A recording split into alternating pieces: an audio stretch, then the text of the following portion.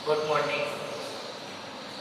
श्री विवेकानंद शैक्षणिक संकुल की ओर से आप सभी का हार्दिक स्वागत है। आज हम पढ़ने वाले हैं कक्षा 12 के पाठ नंबर 2, जिसका शीर्षक है नमक का दारोगा। नमक का दारोगा पाठ जो है उसके लेखक प्रेमचंद। प्रेमचंद का जन्म 1880 और निधन यानी कि मृत्यु 1936। प्रेमचंद ने कई सारी कहानियां उपन्यास लिखे हैं। इनमें से आज हम पढ़ने वाले हैं प्रेमचंद लिखित जो कहानी नमक का दारोगा, उसके बारे में आज अध्ययन करेंगे। तो हम कहानी की ओर आगे बढ़े उससे पहले हम पात्र परिचय देख लें। ये जो कहानी है नमक के दारोगा, इसमें दो मुख्य पात्र हैं। एक है वंशीधर और दूसरा पात्र है अलौकिक। वंशीधर एक ईमानदार इंसान है, ईमानदार पुलिस अफसर यानी कि दारोगा है, और अलौकिक और बेईमानी से धन इकट्ठा करता हुआ एक पैसादार इंसान है। तो चलो हम कहानी की ओर आगे बढ़े। सबसे पहले कहानी वहां से शुरू होती कि जब नमक का नया विभाग बना, तब नमक का व्यापार कर अंकुश हो गया। तब लोग रिश्वत देकर उसके व्यापार करने लगे, और नमक का दारोगा का जो पद है उसके लिए तो सबका जी ललचा जाता है, क्योंकि वो पद में तो रिश्वत इतनी ज्यादा होती है, इसलिए सब लोग वो दारोगा बनने की इच्छा रखते हैं। वंशीधर जब अपनी पढ़ाई खत्म हुई, अपनी पढ़ाई पूरी करके नौकरी की खोज में निकलता है, नौकरी की तलाश में निकलता है। जब नौकरी की खोज में जाता है तो उसके पिता उसको वो शिक्षा देते, सलाह देते हैं कि बेटा ऐसी नौकरी ढूंढना जिसमें उपरी आय ज्यादा हो। उपरी आय यानी कि रिश्वत, मासिक वेतन और उससे भी ज्यादा उपरी आय मिलती हो यानी कि रिश्वत मिलती हो, ऐसी नौकरी ढूंढना। वंशीधर के पिता जो है उसको कहते हैं कि बेटा वेतन वो तो मनुष्य देता है, यानी कि मासिक वेतन जो होता है वो मनुष्य देता है, वो तो पूर्ण मासिक का चांद जैसा है, एक दिन पूर्ण दिखाई देता है और धीरे धीरे कम हो जाता है, मगर ऊपरी आय वो तो ईश्वर देता है, उसमें हमेशा बरकत रहती है। अब ऐसा आशीर्वाद वंशीधर अपने पिता का आशीर्वाद लेकर घर से निकलते हैं। अच्छे शकुन से घर से निकले थे तो जाते ही उसको दारोगा का पद मिल गया, और उसके पिता को भी खुशी मिली, अच्छा लगा। वंशीधर नौकरी में लग गया तो थोड़े ही दिन में अपनी कार्यकुशलता से सब लोगों को मोहित कर लिया, अपने सब कर्मचारी को अपनी ओर आकर्षित कर लेता है।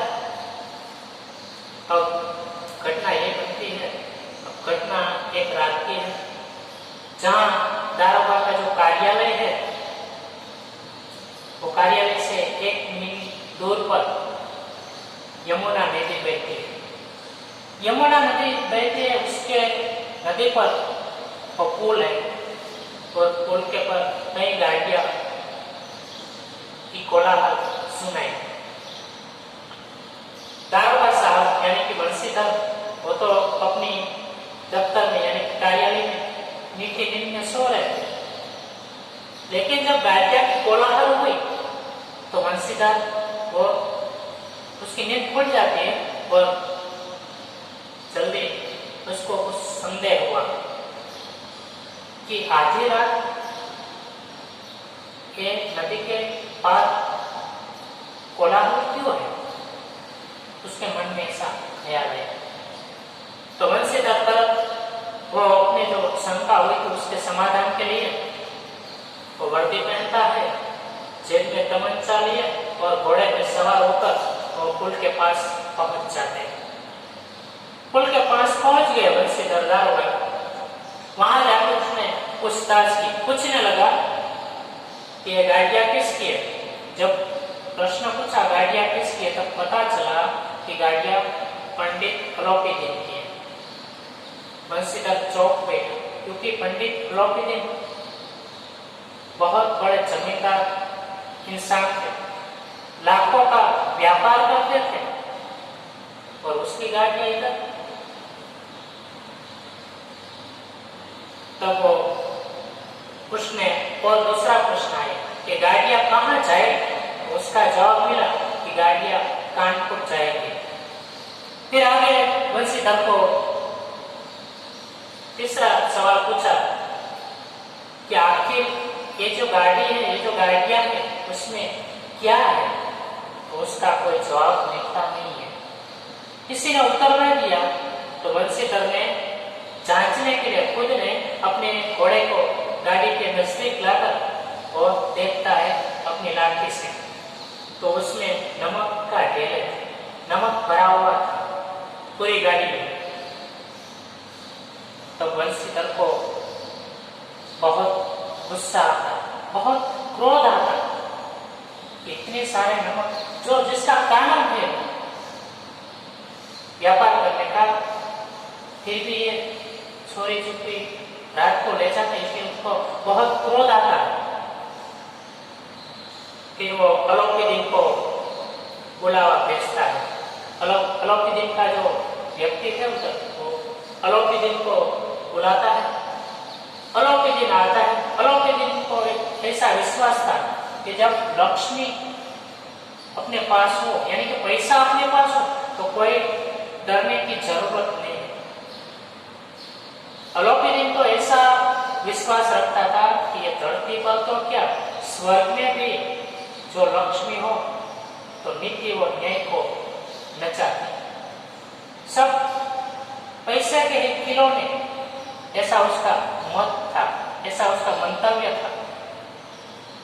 फिर अलोपीदीन उसको बोलता है, दारोगा बंसीधर को, कि चलो हम कोई और आदमी नहीं है, हम तो तुम्हारे आदमी है, हम आपस में समाधान कर लें।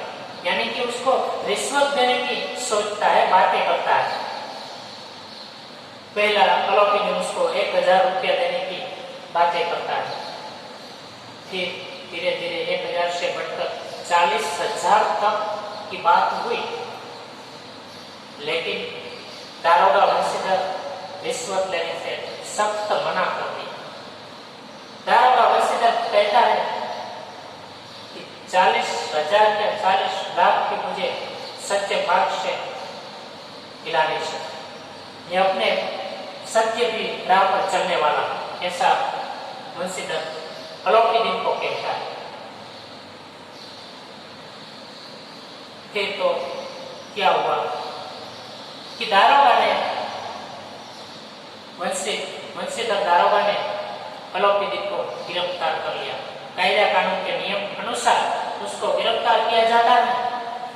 और अलोपीदीन ने पहली बार ऐसा महसूस हुआ कि आज अभी तक उसने जो भी काम किया था वो पैसे के बल पर किया था, मगर आज उसका पैसा परास्त हो गया, यानी कि हार गए और मूर्छित हो जाते, गिर जाते। फिर अगले दिन की घटना है। दूसरे दिन सुबह अदालत में मुकदमा चलता है, यानी कि केस दोनों के बीच चलता है। एक और बंसीधर है तो दूसरी ओर अलोपीदीन है। बंसीधर जो है वो अकेला है और सत्य के सिवा कुछ प्रमाण नहीं है उसके पास।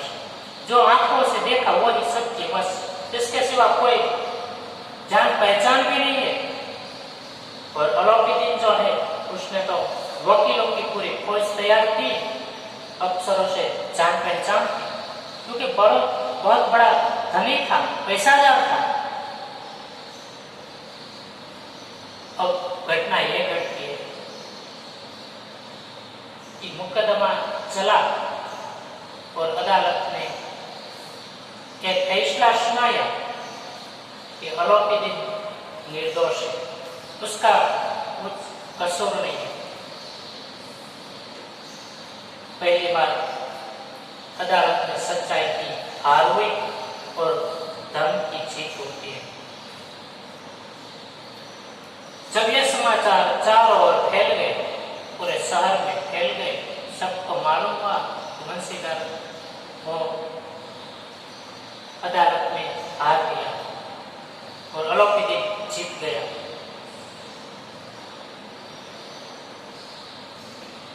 एक सप्ताह बाद बंशीधर को नौकरी से निकाल दिया जाता है।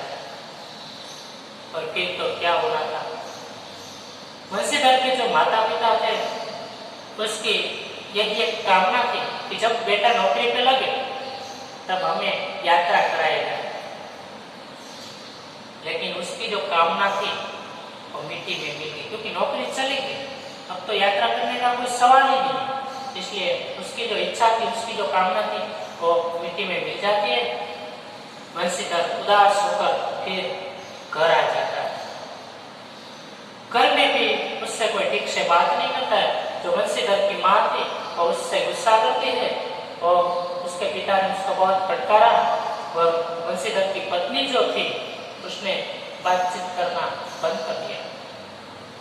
ऐसा माहौल बन गया। अब बनता यही है कि कुछ दिनों बाद, अब बंशीधर की नौकरी तो चली गई, कुछ दिनों बाद अलाउद्दीन की गाड़ी, उसका रथ दारोगा के घर यानी कि बंशीधर के घर आता है। वो अलाउद्दीन खुद अपनी गाड़ी लेके बंशीधर के घर आता है। जब आंगन में पहुंचा अलाउद्दीन, तब बंशीधर के पिता जो थे उसने अलाउद्दीन का स्वागत किया, बहुत स्वागत करने लगे और अपने बेटे ने जो गलती की उससे माफी मांगी। इसलिए वह अलाउद्दीन से माफी चाहता है। किंतु अलाउद्दीन है और बंशीधर की प्रशंसा करता है, क्योंकि उसको पता है ये गलती नहीं थी, गलती तो खुद अलाउद्दीन की थी, उसको मालूम था। इसलिए अलाउद्दीन के बंशीधर की प्रशंसा करता है और अपनी जो जायदाद है, अपनी जो मिल्कत है, उसका मैनेजर पद के लिए उसको नियुक्त करता है।